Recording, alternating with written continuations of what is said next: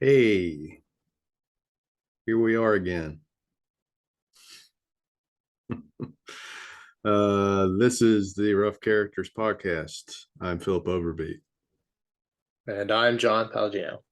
And that was a killer opening, by the way. Yeah, I wanted to switch it up a bit because today we're going to be talking about, um, not quite sure how to frame this, but basically, both of us watch, write, read a lot of violent media. So we're going to talk about to what lengths are acceptable when it comes to violence in various mediums. And this might be a slightly controversial topic. Um, so, viewer discretion is advised. If you're not interested in such things, then go watch something else, please. um, so, before we get into the main topic, John has news again since he stole my news last episode. Yes, I apologize. I didn't know that was your news. But this is actually really fitting for this topic because Joe Abercrombie's book is being turned into a movie.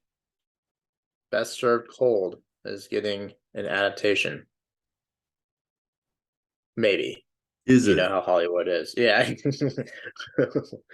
Right now it is. In 6 months when it's canned, don't come at me. Well, I think it's a good sign anyway, because it seems like a lot of people were pretty excited about this news. So I think if it doesn't happen now, people are going to be pretty pissed off.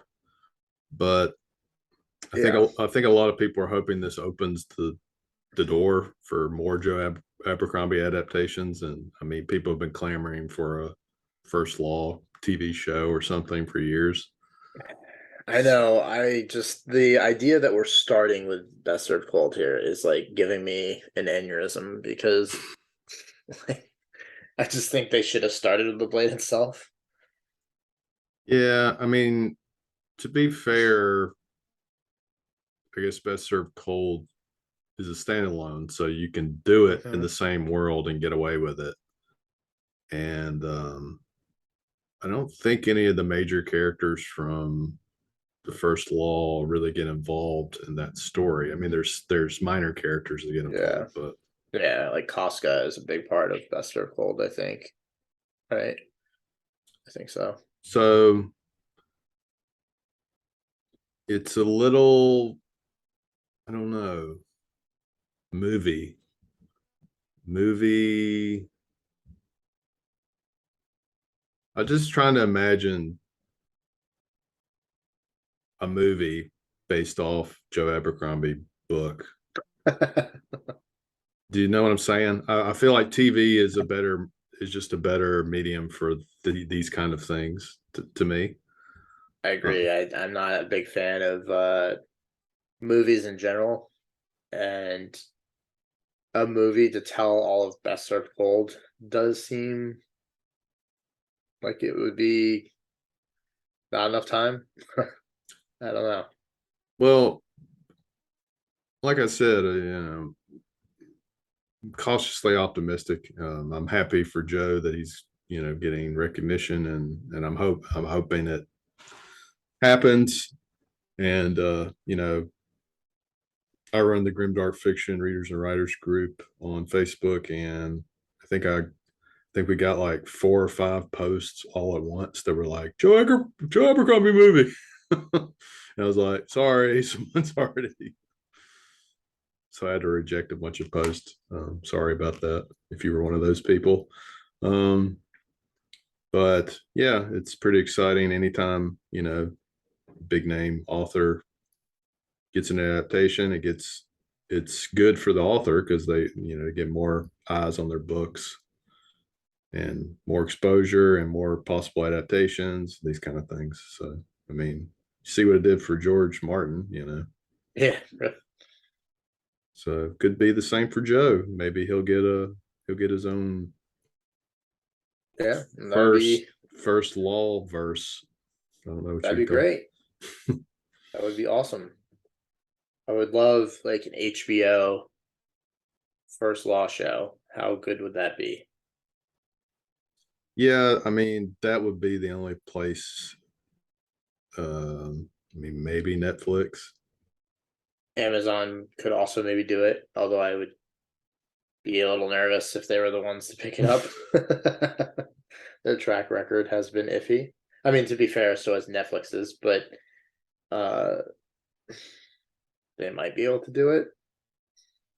Yeah. I don't know. I just HBO is where it's at. Well, when that this ties into the topic pretty well. When it comes to showing gratuitous, not gratuitous, but graphic violence and darker subject matter, HBO can get away with a lot more Yes. than other companies can because of their reputation, and I guess they're more they've they've had a lot more shows that had those kind of things in them, so they don't have to worry about Yep. censorship. So that helps a lot in that regard. Um, so yeah, in this episode, we're going to talk about violence, and I'm trying to think. Let's start with just basic, you know, sword. If we're going the fantasy realm, swords chopping people's heads off, and people Right. getting their arms sliced off or getting their throats cut or whatever. I can't really say when I watch a TV or movie, like none of that really bugs me that much. The things that do, um, I don't know. It's kind of weird because, like, going back to Abercrombie, one of his main characters, Glocka, is a torturer and he tortures people. And for some reason, in a book, I don't mind that kind of thing as much. But like for example, Game of Thrones TV show where Mm, Ramsay's torturing Theon, I was just kind of like, you know, people peeling people's skin off and tearing off their fingernails and shit like that, and sticking stuff in their eyeballs. It's just like I'm not squeamish, but I just like prefer not to see that kind of stuff. That's just me. yeah. Typically, I don't have any problems with the violent content, but like, oof, some of like the later Saw movies can be very cringy to watch. Yeah. I know Saw is not really related to fantasy or sci-fi, but it's like the movie that I can think of that like really like gets too much into the like showing you too much. I think Yeah. in a book, there's literally nothing written that would bother me. I don't think. Well, you're not a big horror fan though. Um, I'm assuming. I mean, you never read any like horror books. No, I generally just read fantasy. Um, there's some horror books I've read where I was like, yeah, don't really want to read this anymore. This is making me physically ill. And that's hard. That's hard to do to me. I have a pretty, just for me,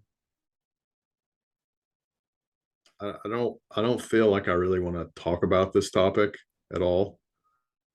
But when it goes into like sex realm, that's kind of where I don't really want to see or read or anything. I understand Like why people. sex in general. No, just sexual violence of any Oh, sort.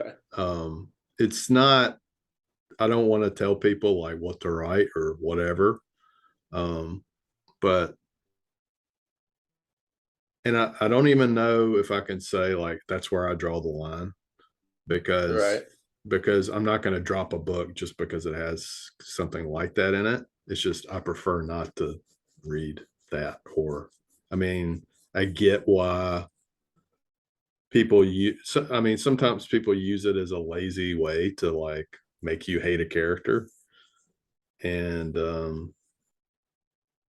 and I feel like it's not as effective as other ways.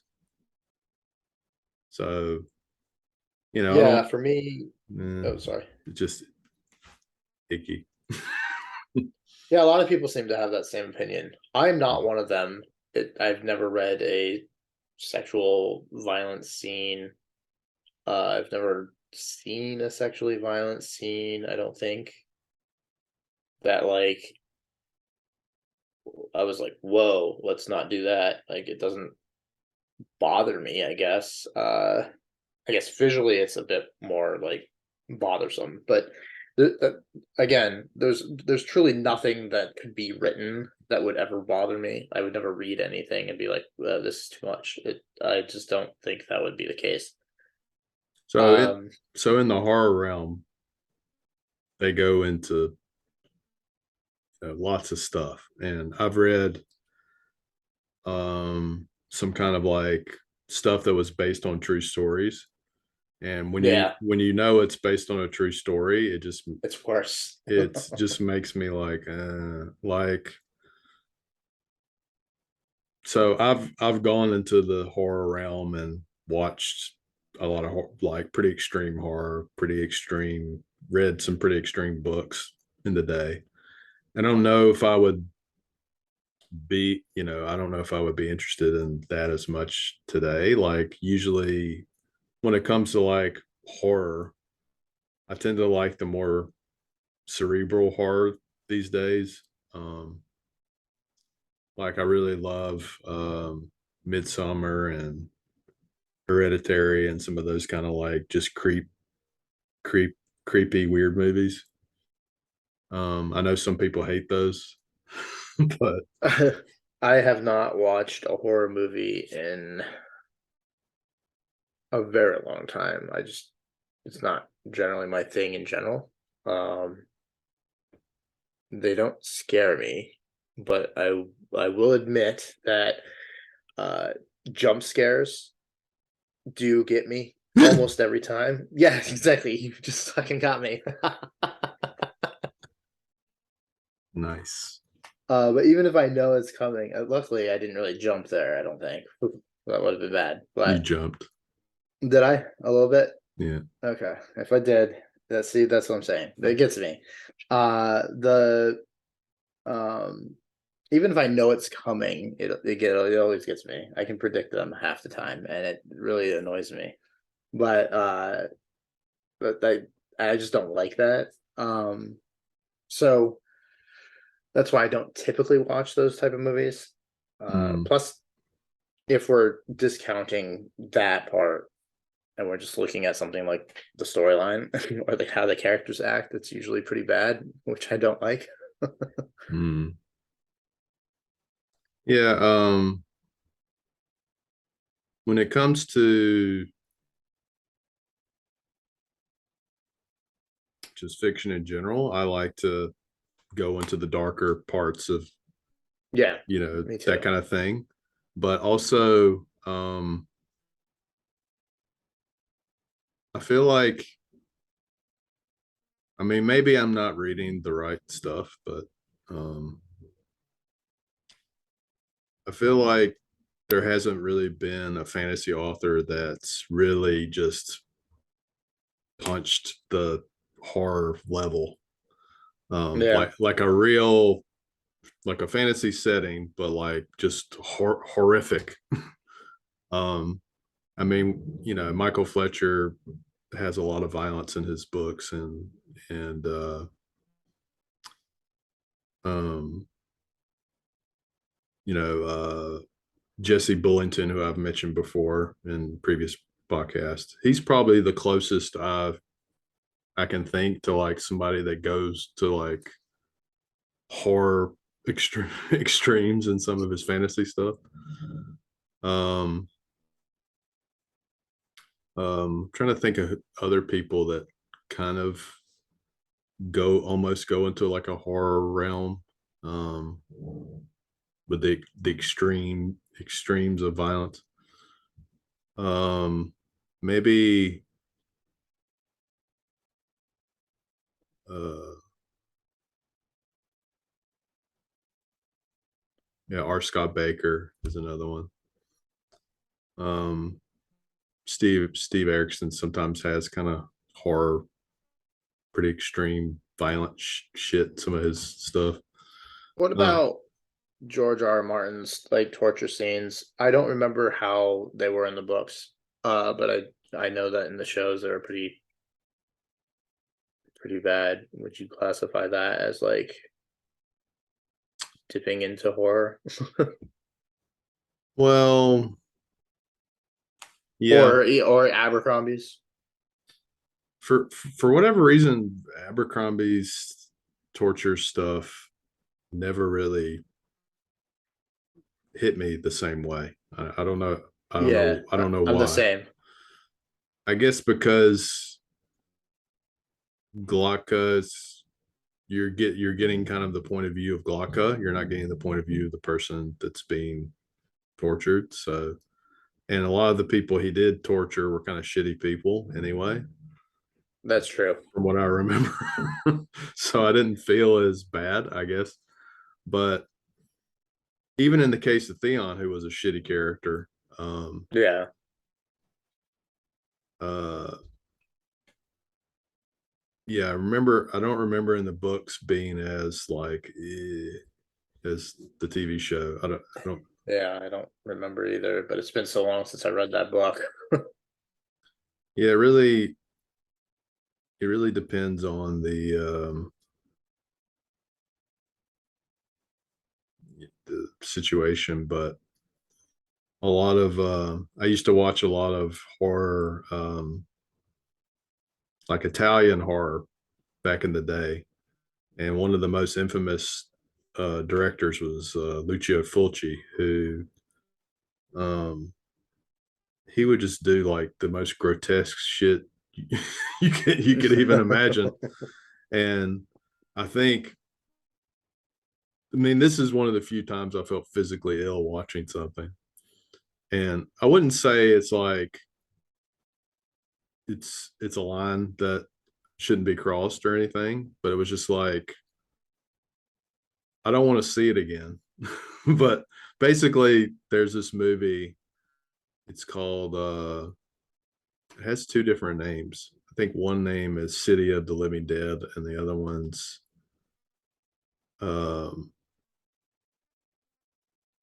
I can't think of what the other name is. But basically in the movie there's this girl and she's like standing in a cemetery or something, and she sees this like possessed priest or something, and she just starts like vomiting up like all of her organs, like there's all these organs start coming out of her mouth. I was like, oh, gross. But that was that must have been 25 years ago I saw that, and that still sticks in my mind just how disgusting it was. And it's like there's a I guess there's a line between like violence that is kind of uh like battles, and people are fighting and they get injured, or something happens in a battle, versus like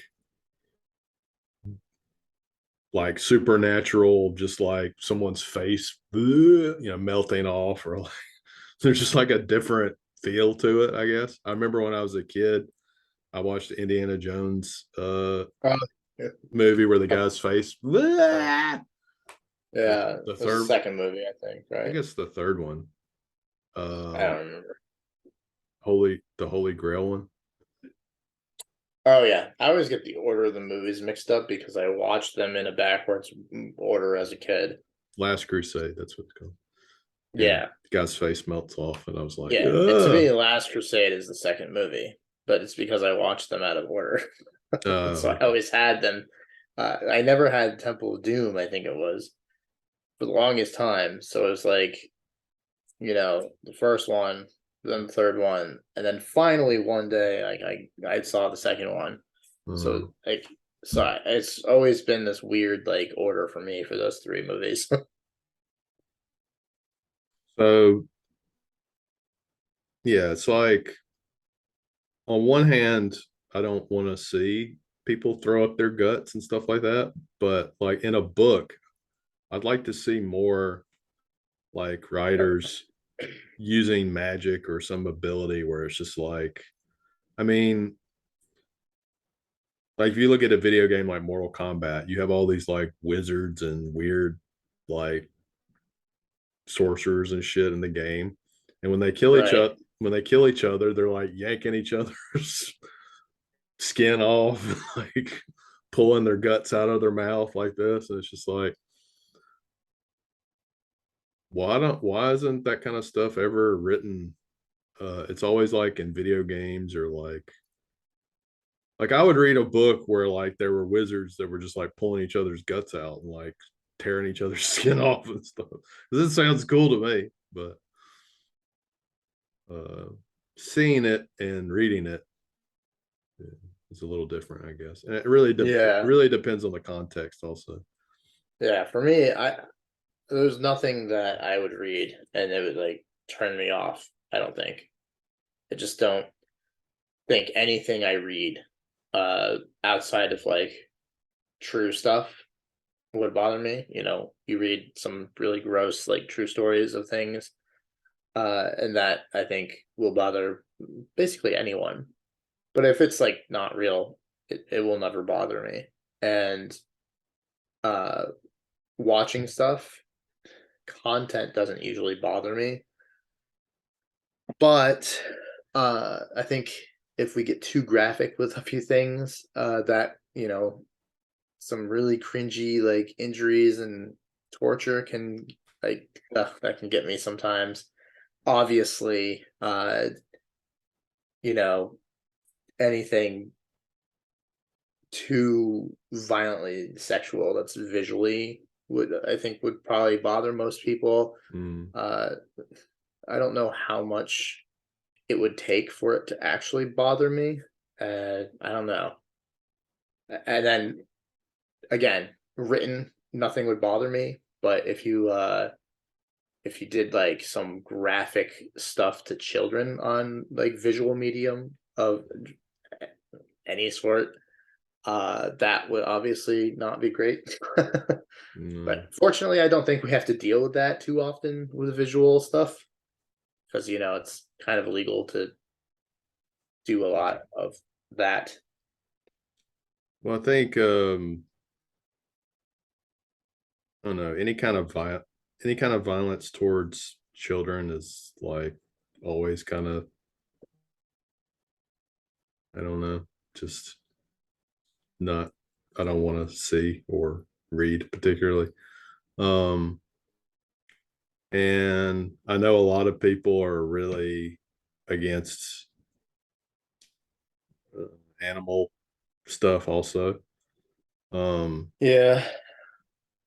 but again, I think it really has a lot to do with like your philosophy on life and upbringing and everything. And some people, they connect certain things with like that can't be touched for whatever reason. Like don't mess with that.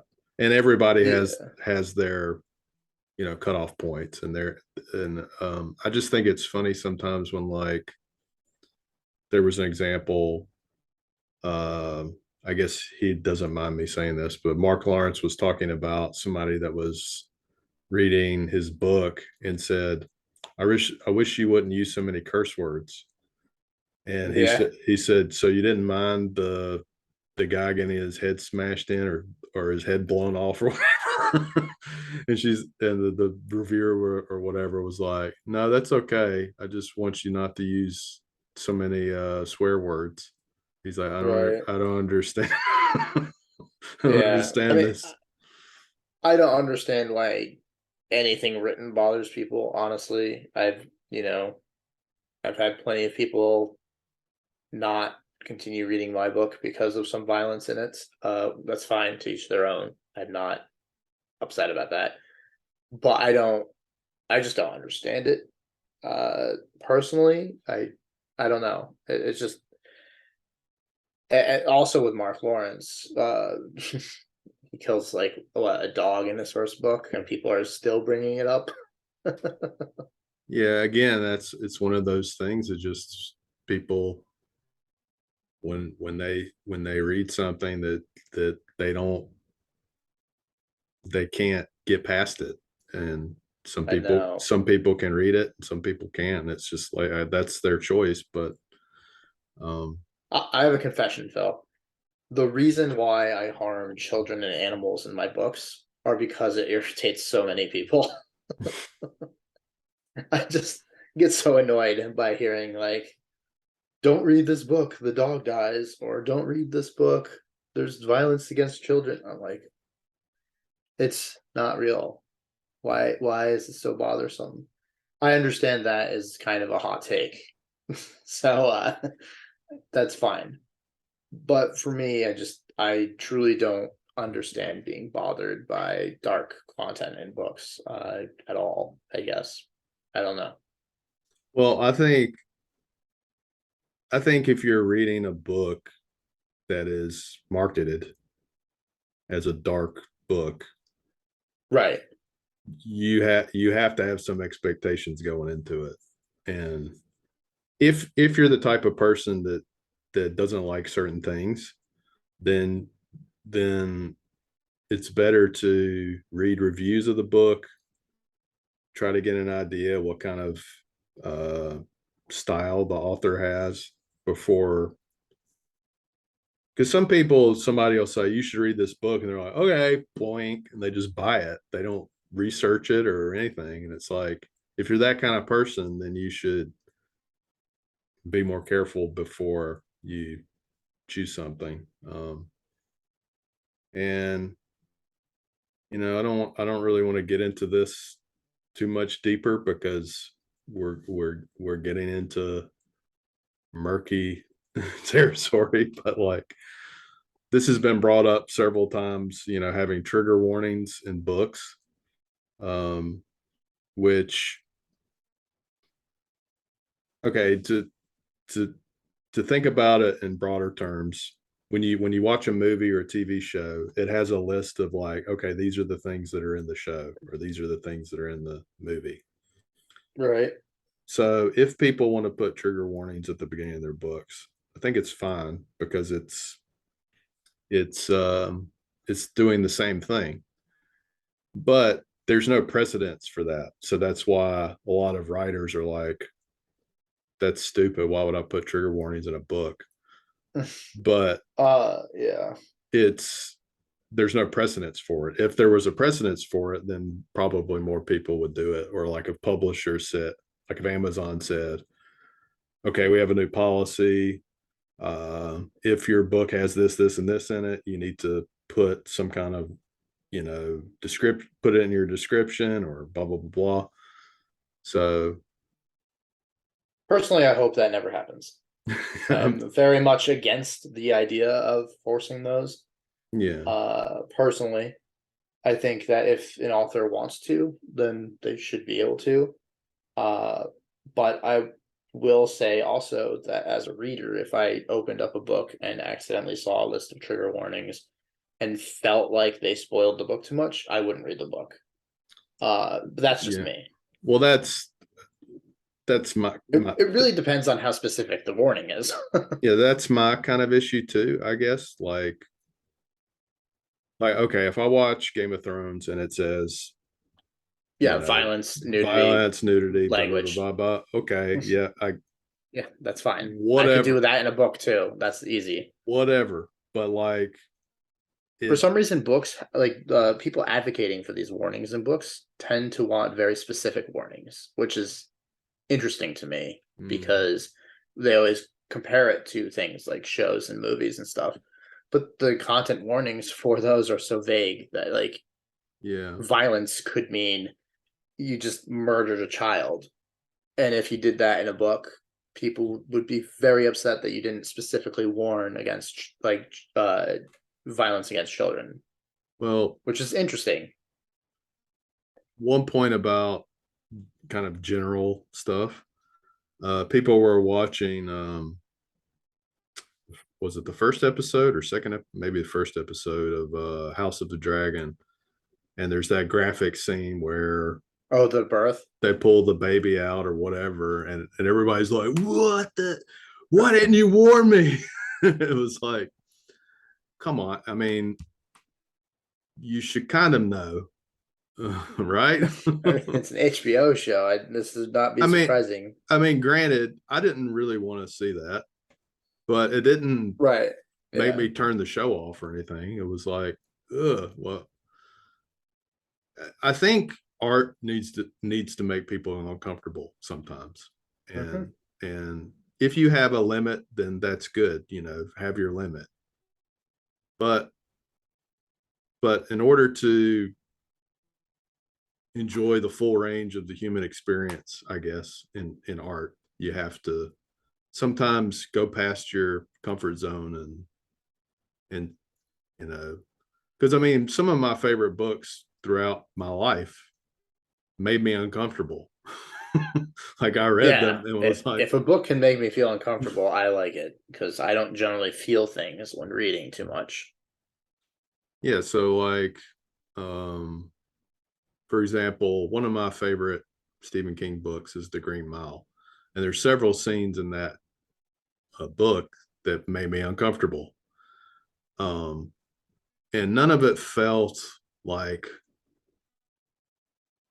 forced. It felt like that's part of the story, and that Right. belongs in the story. So yeah, it's like everybody has their own line, basically, is at the end of the day. And I think for me and you, we probably our line is probably much further than most. But Right. uh, for me, it has a lot to do with probably similar to you in that fiction is fiction, uh, and that's what it is. But like I was saying before, when fiction is clearly based off true events or something like that, that's where it pushes the boundary more for me, where I'm just like, because I read a book. Still to this day, I've not read a more disturbing book in my life, and it's based on true events. And then when I read about the true events, I was like, holy shit. And I mean, people say like, truth is stranger than fiction sometimes, and definitely, definitely, definitely, definitely is. There's some horrible, fucked Yeah. up people in the world. Yeah. For sure. When you read something and you realize that it's real, and some of that can, when we were kids, I don't know if you read, but you might be too old, but A Child Called It was a pretty impactful book back in the day. And then there was also what was that book called? I know the author's name, I just don't know what uh it's called. This book you've probably read. Night by, what's his name? Eli Wiesel. I don't remember. I don't know that. You've never read Night? No. Surprised by that. It was published in 1956, but it's about a true story. It's a memoir about this guy that went through the Holocaust with his dad, Oh. and he was at concentration camps, and it was this pretty crazy book Hmm. that I read for school, and that's one of the only books I've ever actually read in school because I typically don't read the books that I was assigned. But they assign some good ones sometimes. It's very rare. Like Lord of the Flies is probably one of my favorite books, and it was I assigned as I good. still haven't read that. Oh, that's a great book. I always hear that. I always think I should read it. I don't think it's that long either. I mean, to I mean, me, it is technically like a young adult book, right? It, for a young adult book, it's pretty I know, but they assign it for rough. like They assign it in schools for young adults. Yeah, I mean, actually, I guess it would technically be middle grade, right? yeah. I would say I read it. I probably read it in junior high. Um, it's not so much it's graphic or anything. I mean, Right. there's graphic stuff in it, but like, I guess the shocking part of it is that what happens to they're basically boys Right. when they're left to their own devices, and it's horrifying. So it's a very interesting book, like not just from a story perspective, but from like, what would really happen if Right. you had a bunch of boys stranded on an island and they had to survive. So yeah, pretty crazy book, especially to give to middle schoolers to read. Hey, here's a book about a bunch of people your age that separated into tribes and killed each other. Oh, cool. Right. So this has been a pretty dark episode, so I think we need to lighten things up a bit with the unicorn battle. A unicorn now. All right. Let's do it. I will see if I can take on a unicorn. Maybe this unicorn will eviscerate you. I think that's all but assured, if we're being honest with one another. All Unicorns, right. unicorns are lawful good. That's funny. Oh, I wouldn't think a I unicorn have. would have an alignment. Yeah, they're good. It's a unicorn. You can't be neutral. It's a creature of like divine celestial goodness, right? Yeah, I guess. I'm excited because I think this is the first battle that I'm level 5, which means I get to attack twice now. Ooh. Yeah. So this unicorn represents all the um horrible shit that John does to his readers when they read his book, and he has all this horrible violence against people. Yeah, that's fair. So this is revenge. Yeah. Well, my initiative is not helping with anything because I have a 0 for initiative. Uh, Well, I want that. I'm just gonna assume I won then.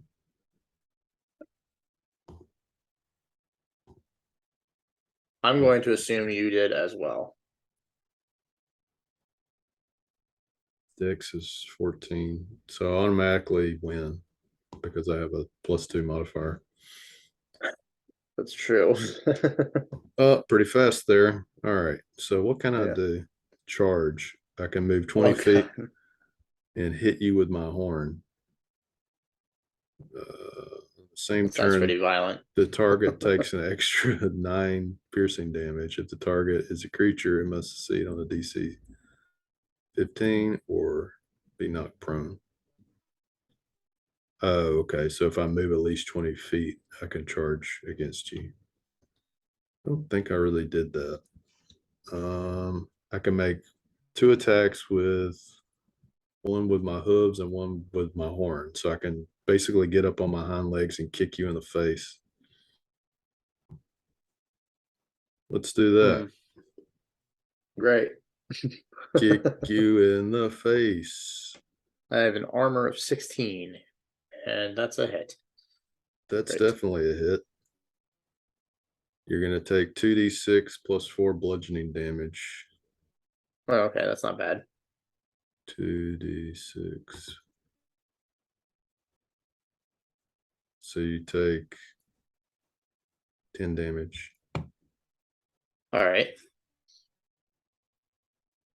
Did you say you have a second attack? Yeah, my horn. Okay. Horn. Horny. I'm feeling horny. Sorry. What number is that?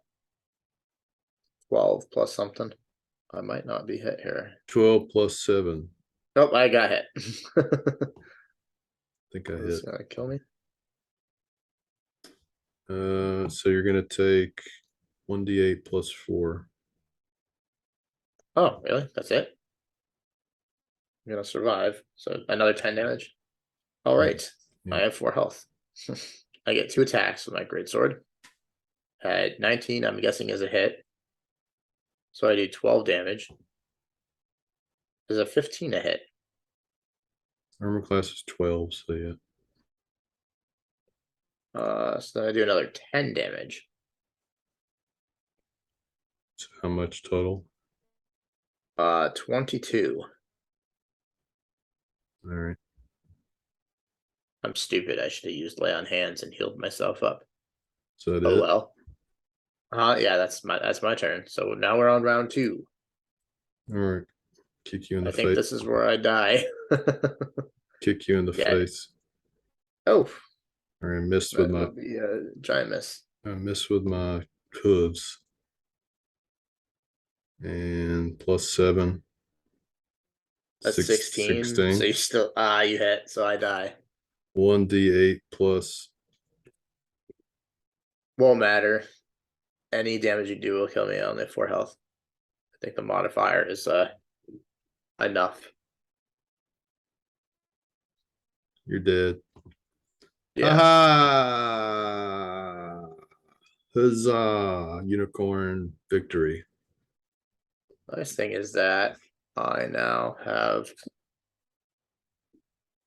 leveled up. Oh, But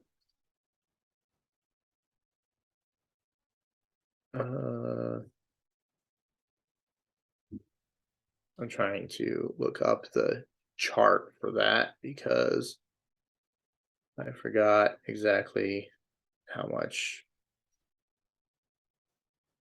experience it is to get the thing to trigger in roll 20. You need to know the number of experience, and I am blanking on that. Nope, that's 5th edition. Okay, we are level 6. No, 6,500. Oh wait, I just forgot to change that last time. So it's actually 14,000. Or wait, yeah, I have to be level 5. I wouldn't have an extra attack otherwise. All right, so let's. Of course, my roll for health is terrible. nice. Yep, 3 health.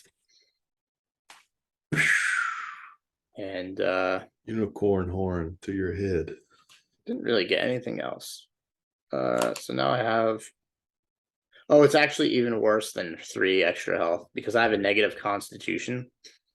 Sweet. I get 2 health. Not much of an upgrade. Boy. Well, anyway, Well, unicorn wasn't that bad. Could have been worse. could have been worse. Like the stone giant squishing me in one hit. True, that was unlucky though.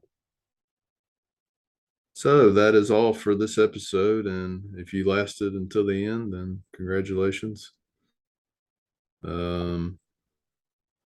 Let me know and I'll mail you a cookie. That's going to be an expensive cookie. So if you are watching, John has a new book out. Yes, I'll show it again because it's right here. Because I have it here. So, Buzzard's Bowl, book 2 in my series, just came out. Well, by the time this video drops, it'll have been out for a few weeks. And now that you've listened to John talk a little bit, you can expect certain kinds of content. That's a good point. So be careful before you buy. If you are not, Yeah, that's fair. if you're not into that kind of stuff. All right. Until next time, we'll see you. Stay safe. And remember, Fiction is fiction. Goodbye. Goodbye.